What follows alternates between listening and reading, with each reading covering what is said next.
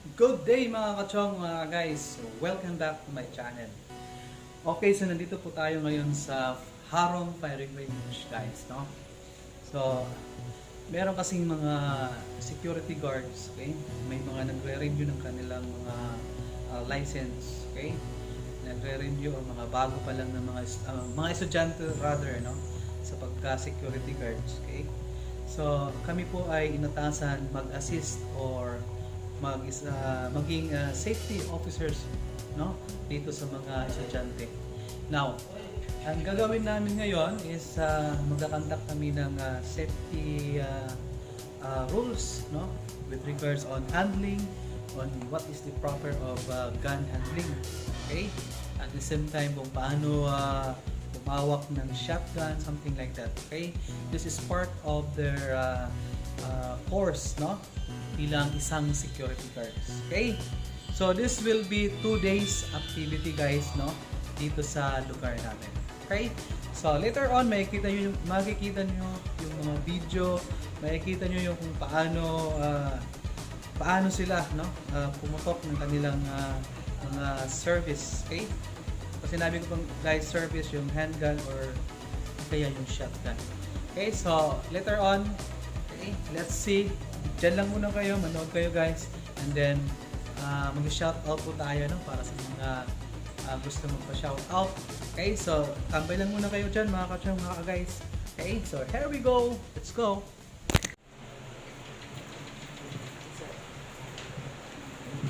Alright, so good morning everyone. Good morning! Okay, so before we proceed sa natin activity, since may dagdag-dagdag sinulat, siguro we will consume, we will maximize the time para di kayo mabuta masyado yung kulog. So let's have first the 4 cardinal rules, no, sa gun safety. Okay, are you familiar with that, guys? Okay, I hope so, no? So before we proceed on that, let's have a prayer first. Okay, we will call on the president. Who will be the president of this club? So can we, sir? Can you lead the prayer first before we proceed? Yes, sir. Who will be? Yes, okay. So, allow yung pagkabagtabanan.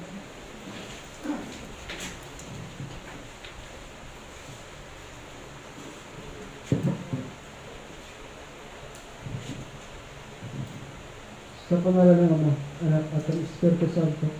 Amen. Panginoon, dakila at makapangyarihang Diyos at mahabagin at isang Diyos na aming tagapagligtas sa pamamagitan ni Kristo, aming Panginoon. Kami nagpapasalamat at nagpupuri sa iyong kagandahan mo. Nagtinipon mo kami sa araw na ito upang magpatuloy ang aming pagsasanay. Hindi lang sa aming pagpuri, kundi lang sa aming sarili din. Ama, maraming salamat sa biyaya buhay at aming kinabubuhay at sa aming kalakasan sa araw nito. Na matanggap namin ang biyaya na nagmumula sa iyo, na Diyos namin ang makapangyarihan sa lahat. Ang lahat ng ito ay aming tinataas at pinagpapasalamat sa pangalan ng buktong anak ng Panginoon sa Kristo na nabubuhay kasama ng Espiritu Santo magpasawalang hanggan. Sa pangalan ng Ama, Anak, at ng Espiritu Santo. Amen. Magandang araw po sa kanila. Maraming salamat sa mga lahat. So by this time, guys, no, we would like to welcome you guys to the Firearm firing range, okay? So ang tawag po sa Firearm firing is Firearm, okay? And then kami nga upat na mag-safety officer sa iyo. So we are a member of the gun club, no? A certified gun club here in Calbayog, namely Black Powder Shooters Sport Shooter Incorporated. Okay. So by the way, I'm Hubert Tagomok, native from here, Calbayog. And then ang ato usan yan nga mag-safety officer, Mr. Rani Doroha. Okay. And then ang maghahatag niyan about sa 4 cardinals and safety rules will be Chris Neri. And then ang usan naton ma-assist, no, sa pag-range officer is the retired police. Okay? Sir Gerson Mongas. Okay, are you familiar with him? Alright, so now, may we call on Mr. Chris Neri to orient us. Okay, I think this will be a refresher lang because you know already what are the rules. Am I correct? Okay, so ipapakita niya kung nanagod talagaan 4 cardinal rules sa dapat na gun safety seminar. Okay, here we go on, Sir Chris Neri. Yes, okay. The number 1 rule is treat every firearm as if it is loaded. Always, it is loaded. Okay? Now I have my trusty 9mm here. This is 9mm portfolio. Check na po ng chamber. Test mic. Okay, nawala. So, check one chamber. Visually check. Itaong ko din mo, waray bala. Check the magwell. Sa sulod, waray magazine nga inserted, waray dot bala. Iko-close ko siya. Slide forward. Number down. Check ko, waray bala. So, the number 1 rule says, treat every firearm as if it is loaded. Second rule is, never point the muzzle of the gun. Never point the muzzle of the gun to anything, anybody you do not intend to shoot or to destroy.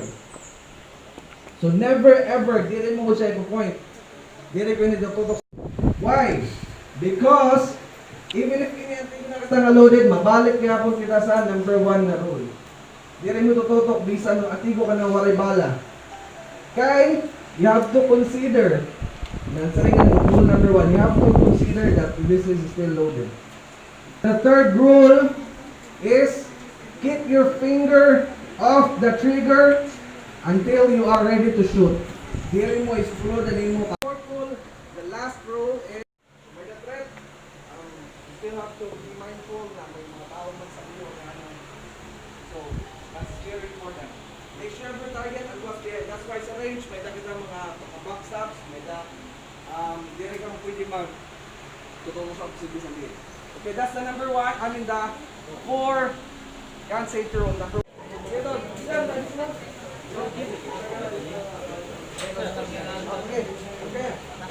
Salamat. Okay, additional lang. This is just an additional, short reminder to you. Now, after this, mag-graduate ka, and then hopefully you will assign into establishment. Be sure, you have that gun. So, kinanglan ang atong mga personalidad, ayaw natin manawas na. Even, we have gun. Okay? We will be considered, you know what I mean? Showing na kita, kambong na kita. No, it should not be. Remember, once makadisgrasya kayo, sino mo ba ito? PAGC. Alright? So, kinahanglan, if we have that gun, kinahanglan kita ang taong kita kapuran, sa mga tao. Okay? Ayaw kita ang okay? You don't know even kung sino itong taong may imugin, intervene, whatever. So, yung nakambili mo, kita nagagamay nada. Init ang aton dugo. So, ayaw ko siyang pagsusunod, guys.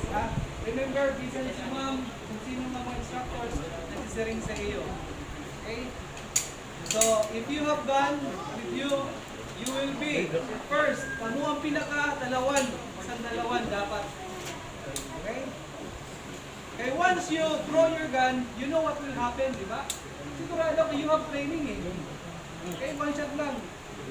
Bago mamatay siya, yan. Di ba? So, kinanglan na natin disiplina. Very important. Okay? So, low profile lang ita.